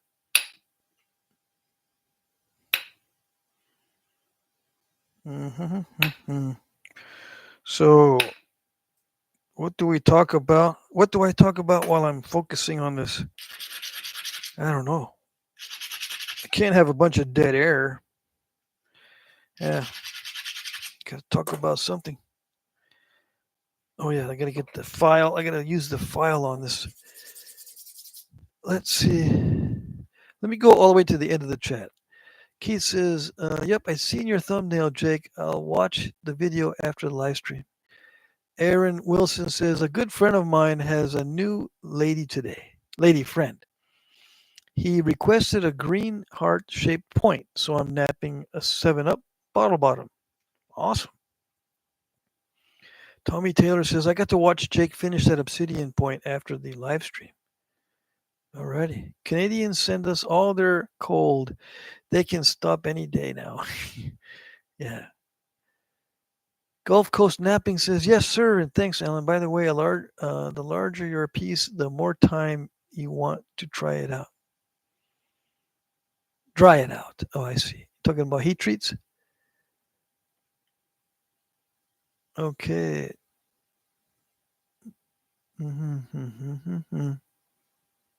Okay, it's good you guys are talking to each other. If I spot a question, I'll try to answer the question. Yeah. Or if I see something Flintknapping related, let's see. Ed Gould says, I used to go to northern South Dakota to Pollock to go hunting and would find some pretty big Apache tears, some of them fist size. Very hard. I see. So Keith says, I never seen Peach Pit obsidian. Yeah. I'll try to show it on video. Dwayne says, how are you doing in gloves? I'm doing actually very well in gloves. I've got backups, 4 sets of backups at least that I can remember. So, but thanks for asking. Yes. TJ says, how long should you let flint dry before heat treatment? In the sun, let it. Uh, if you want a rule of thumb, 1 day for every pound. I don't know, just to be safe. A 5-gallon bucket holds about 80 pounds, so 80 days for a whole bucket. I don't know. The longer, the better. Make sure it's actually in a dry place, like indoors or something. Why is it better to dry them all out? So there's no variability that you don't know about. See, some guys, especially over in Europe, they like to soak their rocks before they nap them, which is fine if they do the opposite of what we're doing. They soak theirs for days and days and weeks, so there's no variability. But if you don't know the moisture content of the rock, and it does, I don't think it does, but let's say that it does affect the napping, you don't know how much water is in the stone unless it's completely flooded or completely dry. In between, you have no way of knowing how much water is in there and if it's affecting the napping or not. Okay, so if I nap with water, these things need to be sitting in water for months so that I know they're fully saturated. That way I can compare to something fully dry, something that I know the moisture content of. Okay, like in betweeners, they don't work as far as that goes. Now, drying it out, the longer you dry it, the better. Yeah.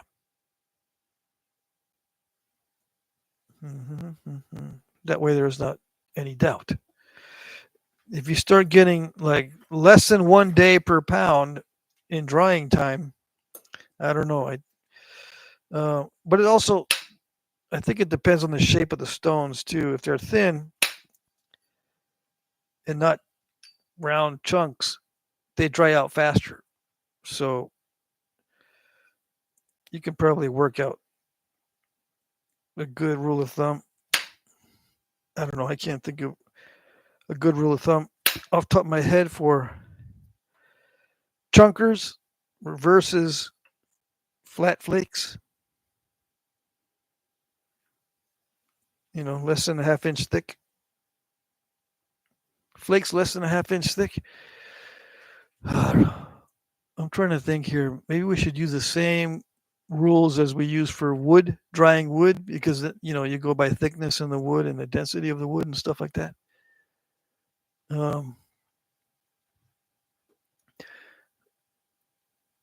Let's see here. Something lake effect snow. Who's got did you get lake effect snow recently, Bushy? Let's see. Russ Wellman said, I didn't quit. I made a small obsidian point. Awesome. Yeah. You can let it dry 12 hours in a kiln at 200 degrees Fahrenheit. But ideally, if it rained recently on it, then wait a day before heating process, says Gulf Coast Knapping. Yeah, good rule there. Good idea. Um, okay, I think I'm caught up here. I think I'm caught up with the chat. Let me go back down to the end.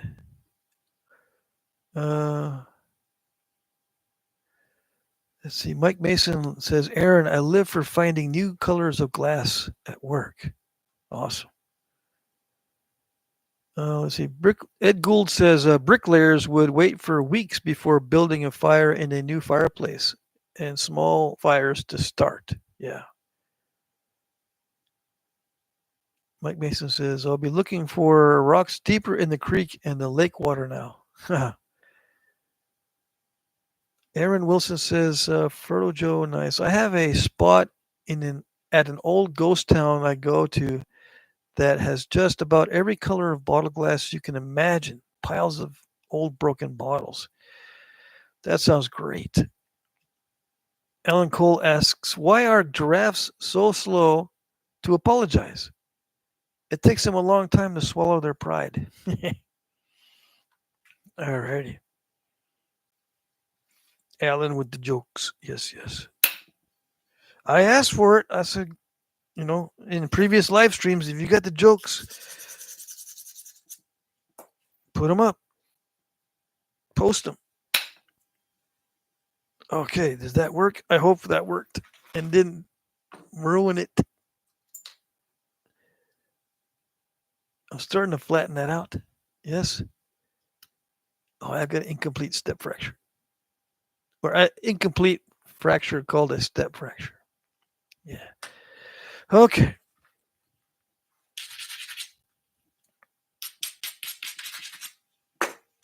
All right. Let's see if I can pop that out. Not like that. Not like that either. So, Marty, this piece is challenging. I felt something. Okay, I did it. Yeah. So I managed to flatten a lot of that volcanic crater, but now it has a slight dip in it. But I'm going to leave it that way. Yeah, I don't want to thin it down any more than that.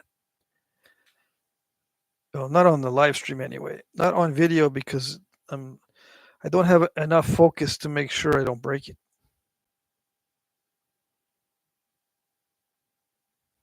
Yeah, I've got to deal with this step fracture up here. Right there. But yeah, I did change the contour of the base. It did lose a little bit off the base. So that's as far as I'm going to go on video with this Knife River Flint. And we'll get out the other one. We have some jasper. I only have 12 minutes. I have some jasper here from Brian Olson. Yeah, let's see. Let's start knocking some pieces off of this. Yeah, 6 ounce bopper, copper with lead. It's a lead-filled copper bopper from Mike Tufts.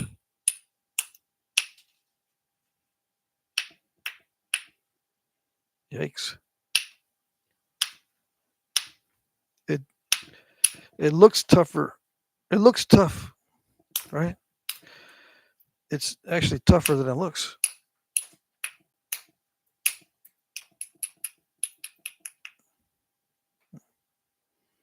Okay.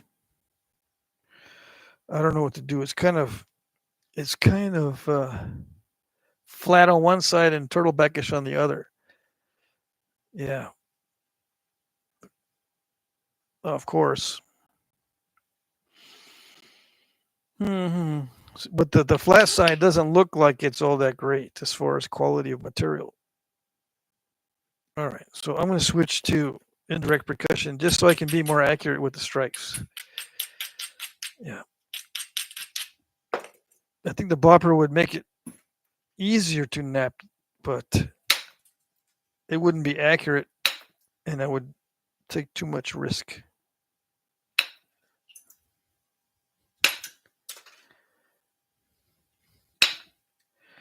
I see a natural crack in it right there. Okay. I can't remember if Brian Olson's in the chat. Are you in there somewhere, Brian? I'm gonna torture your heat-treated Jasper. It's got a natural crack in it right there. See that?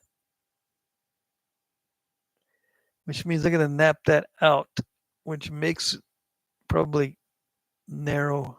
It's gonna be a narrow point. Yeah.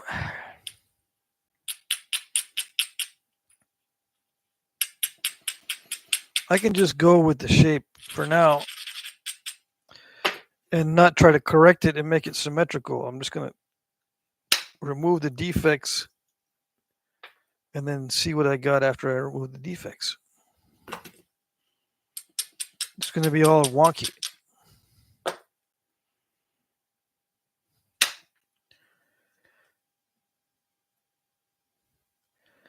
I think I don't know. It's hard to tell if I actually nap that crack out of there. It's possible I could have. Okay. That's a good sign. If it's already mostly gone, I don't have to take too much of the width off. Yeah.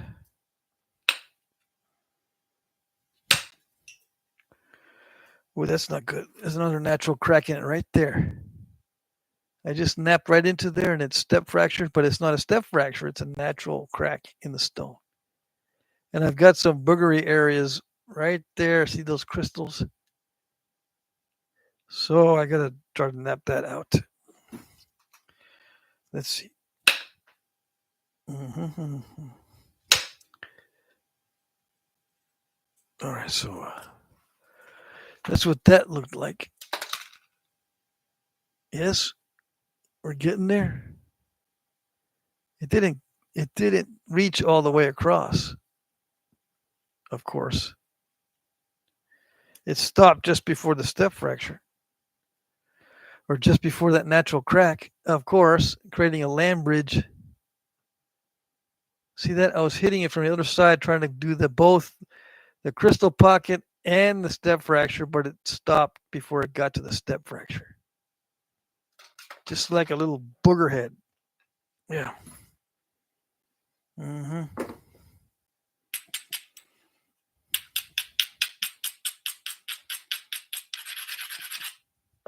But remember, that step fracture is a natural seam in the stone.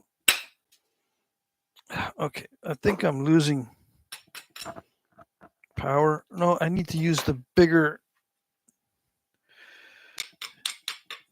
size rod. Puts a little more weight behind the strike, so maybe I can get the flakes to travel further. All right, let's stretch a little bit first. Oh, okay. That's better. Because I can tell I was either holding my breath or getting napper's cramp. All right. What did it do? What did it do? Yeah, I blasted away a lot of the surface, but I still have that step fracture in there. Yes, yeah, it's still there.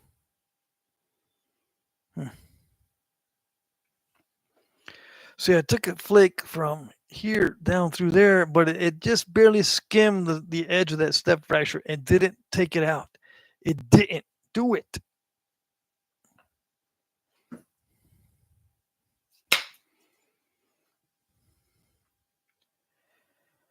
And the next attempt at a direct hit didn't do it either. So there is a natural seam in there. Yeah, I'm going to have to make it quite narrow. Okay.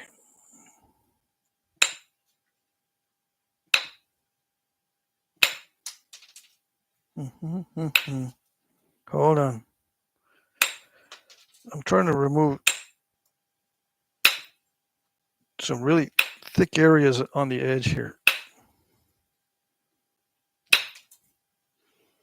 Am I too far? Am I too low in the frame?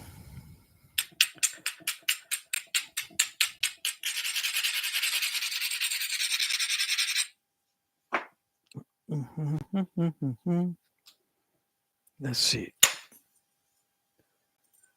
So it looks kind of like that now. Most of that natural seam is gone. But I have a feeling that I'm going to have to go narrow and thin. Yeah, because of those issues.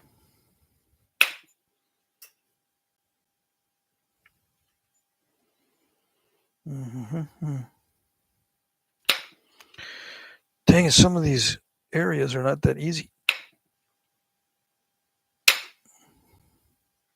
It's a heat treat. I don't know if I mentioned that, but some of these areas are tough. And there's a natural seam in this side too. Okay, let's see. See that right on that edge? These are not crushings. There's a natural seam in there. See that? I'm just doing a direct attack on that because I got plenty of room. Okay, there we go. That broke that seam open, right? But what am I left with? I don't know. You can tell that's a natural crack in there. I don't know how deep it goes. Dang it. So yeah, it's going to end up being very narrow. So we're just going to have to make it narrow.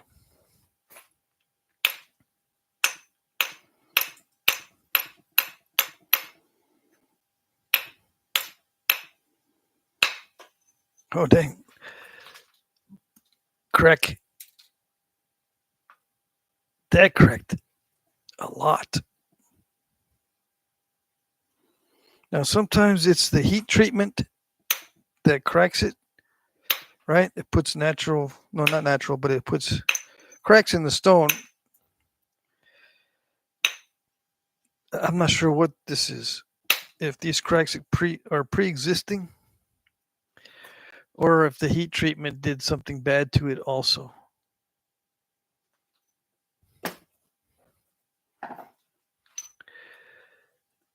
Make that part A a curved handle, says Peter Cohn. Make that part A a curved handle.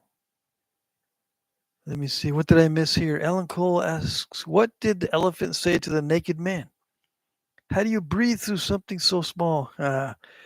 Yeah, you better be sorry.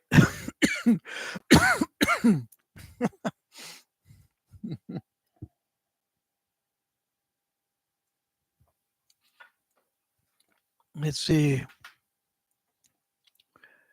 Well, let's see. So let's see. Who's leaving? Let me see here. I missed some stuff. Jeff Jin says, I have several of your leaf shape points from your early auctions. They are the best. Thank you, Jeff. Yeah, Jeff Jin got a bunch of stuff from the auction. Midbar says, tricky, choppy jasper. We have lots of that here in Arizona. Yeah. Let's see.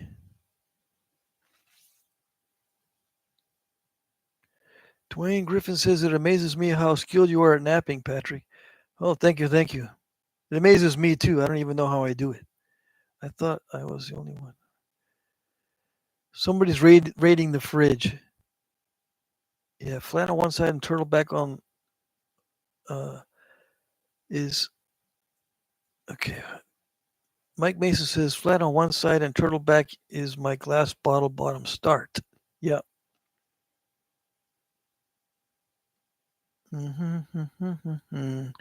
All right, let's see. What was the first animal? What was the first animal in space? The cow that jumped over the moon. I thought I was the only one, Aaron, to raid the fridge. Yeah, let's see. I missed something way back in the chat.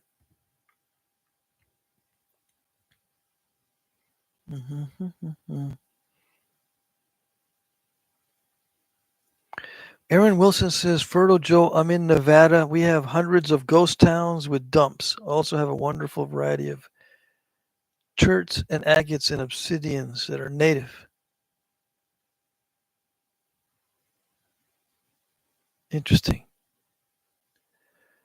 All right. Midbar says, smack it hard and come on, let's go. Ed Gould says, for an hour tonight, I couldn't be a word in. It would kick me off YouTube. Is YouTube still doing the canceling out some of these comments, or hiding some of these comments you're posting? Yeah, let me know if YouTube removes or deletes your comments. I have not deleted any comments tonight, so if your comment got deleted, it's YouTube. Let's see. Tommy Taylor says, Keith, you got a green name like Alan, but he has a green star and you a blue one. You just can't pass A money. Oh, you're competing for this. Whoever's contributing the most, right? Let's see. It's napping nicely. Yeah. Smokes is in the house. No, I meant to say not napping nicely. Darn it. Fat fingers. Keith says, Tommy, I want to be like Alan when I grow up. Gulf Coast Napping says, I'm heading out. Thoroughly enjoyed the stream. All right. We'll see you next time. Next live stream is, let's see. Is it Monday already? Yeah. During the auction is the next live stream. So I'm going to stop the live stream. It's already 10 o'clock Eastern time. I'm going to end the live stream here. I'm going to have to do the rest of this on video or off camera. This is getting really challenging. This piece of jasper from Brian Olson, heat treat. It's from Oregon. Okay, it looked like a promising piece, but it has a big old crack in it. So I'm going to have to make it long and narrow. Hopefully it'll hold together. As long as I keep it thick, it should hold together. I'll make a long, narrow point. All right, so I'm going to end the live stream here. I'm going to do some face napping. And then I'm going to go to sleep. Yes, yes. Ross Wellman says, good live stream tonight, Patrick. See you all Monday. Yep, we'll see you on Monday. We're running in overtime. We're 3 minutes into overtime. Alan Cole says, another awesome live stream with Patrick. Much love, everybody. See you all Monday. Yes, yes. No problems with the stream on my end, says Alan. Good, good. Mike Mason says, well, I'll be reading so much instead of watching. I got to change that. Y'all are great, though. Yes, yes. Tommy Taylor says, dang, Keith, I made it to number 2 on the leaderboard, and you knocked me back to 4. The crown showed up by my name. I think the crown stuff is a good idea. Smoke says, see you, Patrick. All righty, we'll see you. Good night, everybody. Aaron Wilson says, have a great night, Patrick. You're the best. Thank you, Aaron. All right, I'm all caught up with the chat. Yeah. Thank you very much, everybody. Thank you. Thank you very much, everybody. Thank you very much. I hope it was entertaining. It went by really fast for me. this time. It goes by much faster when I'm napping, actually. Okay, so I hope I didn't slur my words too much. But yeah, I'm going to continue doing these napping live streams. I'm not going to stop napping on the live streams. I think this is a good idea just to keep napping, and then I'll read the comments that I think are questions. And then if you're new, state where you're from so that we can, perhaps find someone near you that might be able to get you some supplies if you're missing supplies. I have a nap in list, so don't be shy in asking for information. Maybe there might be a nap in near you, so just ask me, is there a nap in Kentucky or a nap in Tennessee or New York or California, whatever, in the comments or anywhere. My email is jackcrafty2@gmail.com. You can ask me by email. All right. So we'll see you on Monday. The live stream is from, let's see, 6 p.m. to 8 p.m. Eastern Time or 5 to 7 p.m. Central on Monday. It's during the auction, but it's not a live auction. Okay. I just post a video, people bid, and at 9 o'clock Eastern Time is when I end the auction and announce the winners. All righty. All right, guys. We'll see you next time. Have a nice night. Bye bye.